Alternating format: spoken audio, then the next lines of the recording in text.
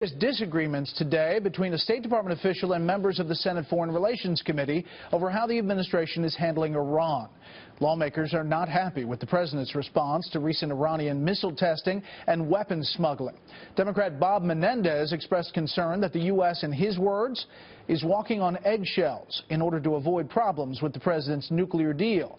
And one particular assertion by the administration is getting special attention. Do you believe that Iran has given up its ambition of a nuclear weapon? That's an accurate portrayal of your statement?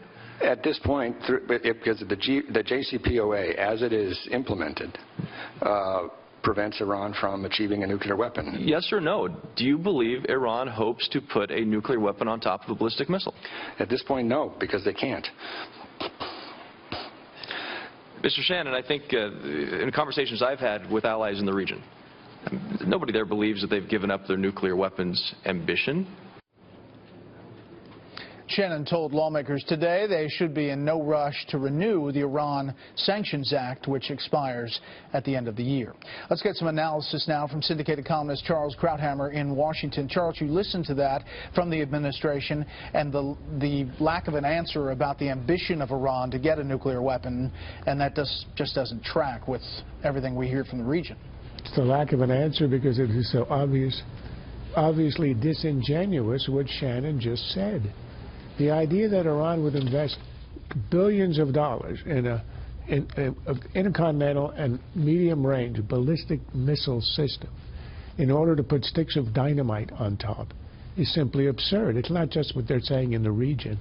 It's what everybody understands. You build these systems to deliver nukes. And Shannon's answer is, oh, they have no intention of putting a nuke on top of the missile because it isn't allowed under the agreement that we signed last year. Number one, that assumes Iran isn't going to cheat. And number two, even if it doesn't cheat, the agreement expires in 10 years. After these 10 years of testing and perfecting ballistic missiles, Iran will be in a position to break out. They'll have no sanctions. The nuclear file, as the Iranian foreign minister said, will be closed. It will be open to producing an arsenal of nukes to put on the missile. Everybody understands what's going on, and the administration is pretending otherwise. So do you think that there will be any repercussions for the ballistic missile testing, the sending of weapons from Iran to Yemen, the other thumbing their nose at the world from Iran? There might be, at most, a useless gesture or two, but Menendez is absolutely right. The administration is walking on eggshells. The whole agreement was meant to deter Iran from doing things we don't want it to do. It's become the exact opposite. This is a self-deterring agreement. In other words, Obama and the administration are terrified that Iran, having received everything up front, all the money, the dropping of sanctions, which will never be renewed, the beginning of business in Iran, all of this is already done. Iran, having pocketed all the concessions up front, it is prepared to walk away any day because the rest of the agreement only constrains its program. So they are afraid to do anything, to make any serious gestures, sanctions, or whatever, even statements condemning Iran for what it's doing, as you say, for supplying rebels in Yemen, for supplying Hezbollah, for the ballistic missile test. All of this is happening, and we won't do a thing because the president is afraid that Iran will walk away from his great legacy agreement. We are the ones who are deterred. But to be fair, there are a number of European nations involved here as well. They are now, many of them, doing more business with Iran. And is there any appetite, do you sense, in the world to step up the sanctions against Iran outside of what the U.S. is doing or not doing? Well, that is true, but we knew that at the beginning.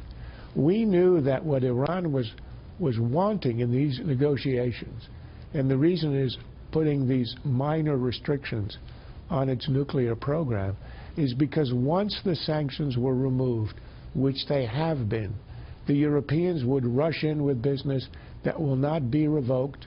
The Russians will rush in with weapons, which have already begun to flow. The Chinese will never resume sanctions. So everybody is in the game now. In the Iranian game, everybody wants to make a buck. And that is the result of the lifting of sanctions. Iran already has that in pocket. The Europeans are collaborating with Iran in a sense. We knew that in advance. That was the argument against the agreement, but the administration pretended that wasn't going to happen. We now see it happening. Charles, as always, thank you.